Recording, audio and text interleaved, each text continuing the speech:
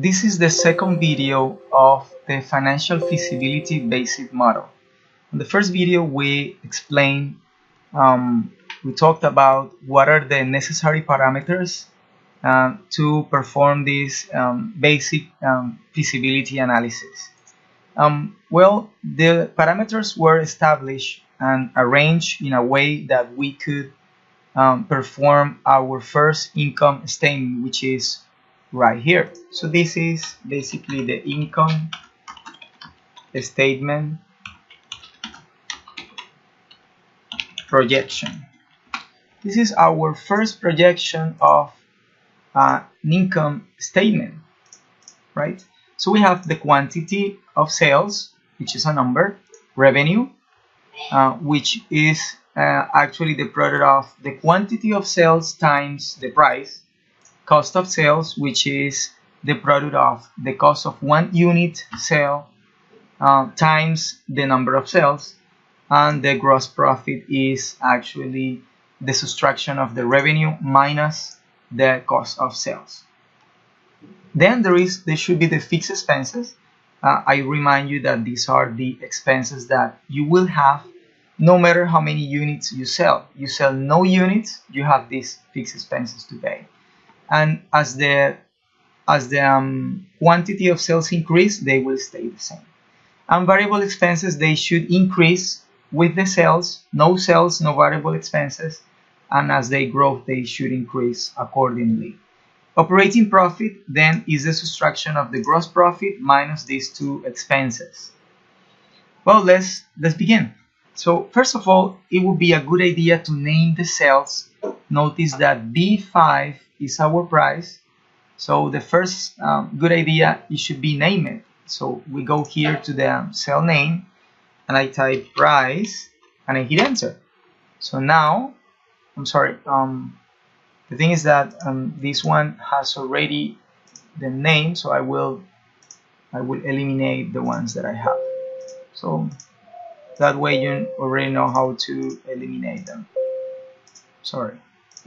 Alright, let's do it again. Now let's name this cell price. So I go to B5, which is the cell name, price, and I hit enter. Now this cell is named price. Then unit cost, let's name it cost, and hit enter. And this one, the yellow one, is quantity. So I type quantity and I hit enter.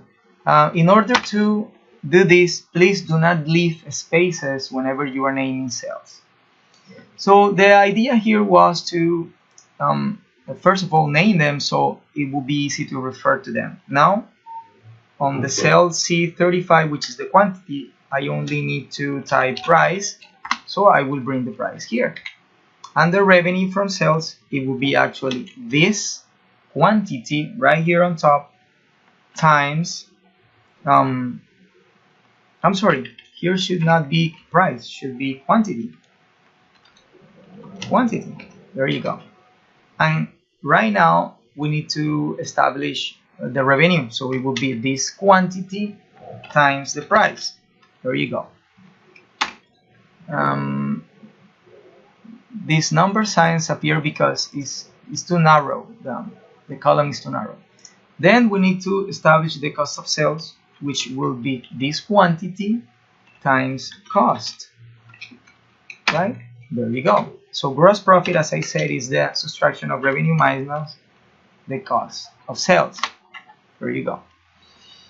So let's do everything from the first year. So fixed expenses, I already have them organized here, which should be the addition of all these rent, administrative, and salaries.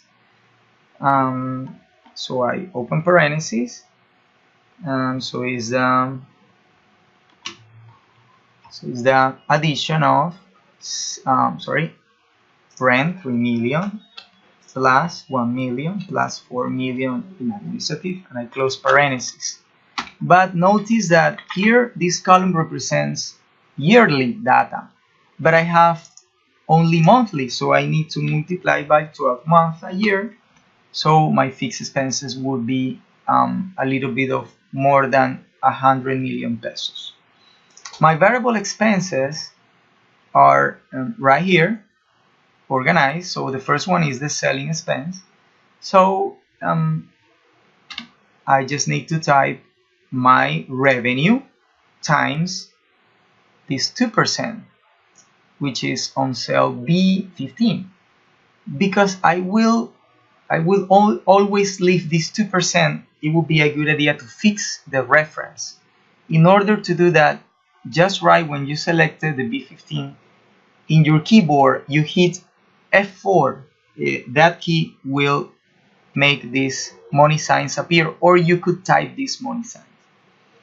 So this is only the this would be only the variable expense from selling, but we also have sales salaries. So we should also add them in the M plus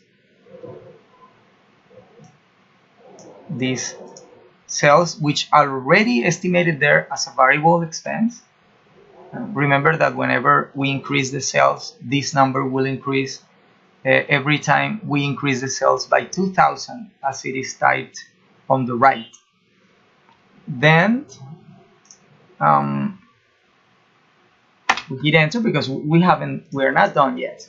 Then we have delivery expenses, which won't be all, because I might consider that these 4,000 sales only half will need, or only 25% will need delivery. Others could be sold from the shop, let's say. So it's an estimation that we did. So it will be plus the number of sales we got here times the delivery expense, which is fixed, also hit S4. So right here I have the commission, which is 5% of whatever I sell here on revenue, plus my salaries of sellers, which is already estimated on top here on B17, and then plus my delivery expenses, which I consider they will be this number, 4,000 times my delivery, but only for, let's say, a quarter of my sales, which it would be 0.25% equally. So that's why I type here this factor, so it will be divided by a quarter. So now I have 36 million pesos in my variable expense. So operating profit, it will be equal to my gross profit minus my fixed expenses minus my variable expenses. Right now, this is actually a loss, operating loss. We got no profit because we need to sell more in order to be able to pay these fixed expenses and variable expenses as right now. This is not important because I just could type here a different amount, let's say 8,000 t-shirts, and because everything is already linked here, the amounts of sales increase. Basically, I need more. Let's type 15,000. Again, I got a loss. Let's go. Let's double it. Right. Right now I have profits. Now my interest expense, it will be equal to my liability, which is 70 million pesos, times my interest, the interest rate I have to pay, which also I fixed. I both fixed them. I know this is not true because if you make a loan for 70 million pesos, as you pay your payment, you will decrease your capital, so the interest will change in time. But because this is a very simple base model, we only need to consider only approximation of what we could spend on interest. So we don't need to be exact. This is just the first basic feasibility analysis.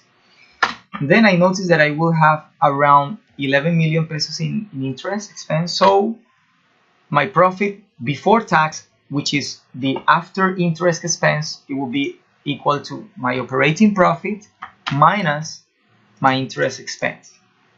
So here it says 63 million pesos, right?